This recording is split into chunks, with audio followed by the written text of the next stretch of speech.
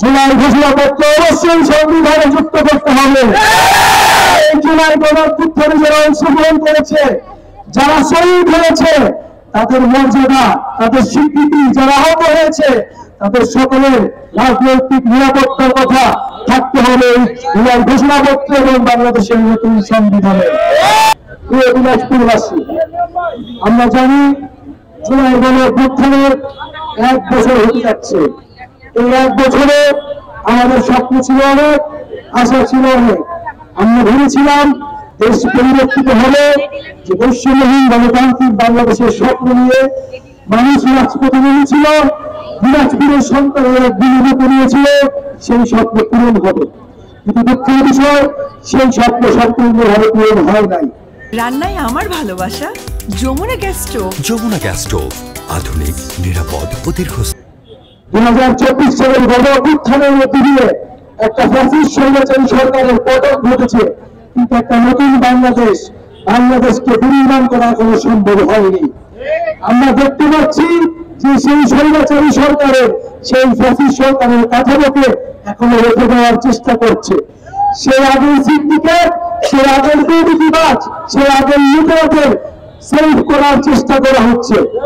প্রিয় বন্ধুগণ, আমরা বলতে চাই যে বাংলাদেশের মানুষ, বাংলাদেশের ছাত্র তরুণীরা রাজপথে নেমে এসেছিল নতুন কাঠামোর জন্য, নতুন রাষ্ট্র, নতুন দেশের জন্য। সেই একটা দলের পরিবর্তে করে আরেকটা দল বসানোর জন্য নয়। প্রিয় দিনাজপুরবাসী, আমরা সেই 24-এর গণঅভ্যুত্থানে অসম্পূর্ণ কাজ সম্পূর্ণ করার জন্য মাঠে নেমেছি। সেই ফ্যাসিবাদী কাঠামোর বিলোপ করে নতুন রাষ্ট্র কাঠামো, গণতন্ত্র এবং বৈষম্যহীন বাংলাদেশ নিশ্চিত করতে আমাদের এই যাত্রা। প্রিয় দিনাজপুরবাসী, আমরা জানি দিনাজপুরের মাটি ইতিহাসের সাক্ষী। সেই ব্রিটিশ আমলের বিদ্রোহ থেকে 2024-এর গণঅভ্যুত্থান আমরা দেখেছি, বারবারই দিনাজপুরের মানুষ প্রতিবাদ করে তুলেছিল। দিনাজপুরের কৃষকেরা সেই বিদ্রোহে ব্রিটিশদের বিরুদ্ধে, জমিদারদের বিরুদ্ধে চলেছিল গণের আগুন। এই দিনাজপুরের মাঝে থেকেই স্বাধীনতা যুদ্ধের সময় পাকিস্তান হানাদার বাহিনীর বিরুদ্ধে লড়াই হয়েছিল। দিনাজপুরবাসী, আমরা আজকের অনুষ্ঠানে সেই দিনাজপুরের সংগ্রামী মানুষদেরকে স্মরণ করছি। দিনাজপুর, আমরা জানি খাদ্যশস্যের জন্য দিনাজপুর অন্যতম গুরুত্বপূর্ণ। বাংলাদেশে এই উত্তরবঙ্গের অর্থনৈতিক এবং সাংস্কৃতিক রাজধানীতে বলা হয় দিনাজপুরকে। আমরা দেখি যে কৃষক যে ধান উৎপাদন করে, সেই কৃষক ধানের ন্যায্য মূল্য পায় না। বেসরকারি সিন্ডিকেট এবং মধ্যস্বত্বভোগী দুর্নীতির কারণে কৃষকরা ন্যায্য মূল্য থেকে, তাদের অধিকার থেকে তারা বঞ্চিত হয়। যে দিনাজপুর সারা দেশের মানুষকে খাওয়াতে সক্ষমতা রাখে, সেই দিনাজপুরের কৃষকেরা তাদের নিজেদের সাওয়ালকে খাওয়াতে পারে না। বন্ধুদের, এই দেশ আমরা চাই না যে দিনাজপুর উৎপাদন করবে, ঢাকা ভোগ করবে, এই দেশ আমরা চাই না। আমরা চাই যেখানে উৎপাদন হবে সেখানে শিশুর বন্টন হতে হবে। অর্থনৈতিক এবং আঞ্চলিক বৈষম্য আমরা বাংলাদেশ থেকে চিরতরে বিতাড়িত করতে চাই। আপনাদের সন্তান আব্দুল আহাদ এই দিনাজপুরের মাটিতে জাতীয় নাগরিক পার্টির জন্য কাজ করছে। উনি আপনাদের দিনাজপুরের অনেকগুলো সমস্যার কথা বলেছেন। সিটি কর্পোরেশনের প্রতিশ্রুতি বারবার দেওয়া হলে তার বাস্তবায়ন হয়নি।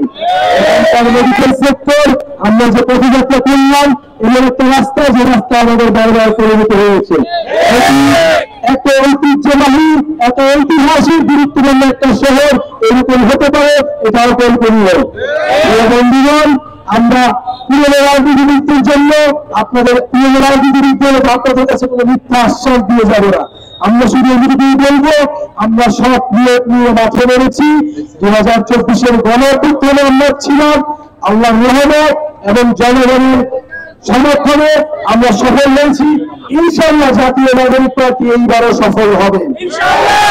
বন্ধুগণ, জুলাই ঘোষণাপত্র নিয়ে আমরা দেখছি টাল বাহানো হচ্ছে, জুলাই সনদ নিয়ে টাল বাহানো হচ্ছে। বলা হচ্ছে জুলাই ঘোষণাপত্র নাকি কোনো সাংবিধানিক ভিত্তি থাকবে না। জুলাই ঘোষণাপত্র অবশ্যই সংবিধানে যুক্ত করতে হবে। এই জুলাই গণঅভ্যুত্থানে যারা অংশগ্রহণ করেছে, যারা শহীদ হয়েছে, তাদের মর্যাদা, তাদের স্বীকৃতি, যারা আহত হয়েছে তাদের সকলের রাজনৈতিক নিরাপত্তার কথা থাকতে হবে এই ঘোষণাপত্র এবং বাংলাদেশের নতুন সংবিধানে। ইনশাআল্লাহ আমরা জাতীয় নাগরিক পার্টি আগামী ৩রা আগস্ট শহীদ মিনারে এই জুলাই ঘোষণাপত্র স্বাগতের দাবিতে আবারও গত বছরের মধ্যে আমাদের বিশাল জমায়েত হবো এবং আমাদের প্রাপ্য আমরা এই অন্তর্বর্তী সরকার থেকে বুঝে নেব। ইনশাআল্লাহ দেখা হবে ৩রা আগস্ট শহীদ মিনার। আগামী বাংলাদেশ তরুণদের হাতেই হবে, জাতীয় নাগরিক পার্টির হাতেই হবে। আসসালামু আলাইকুম।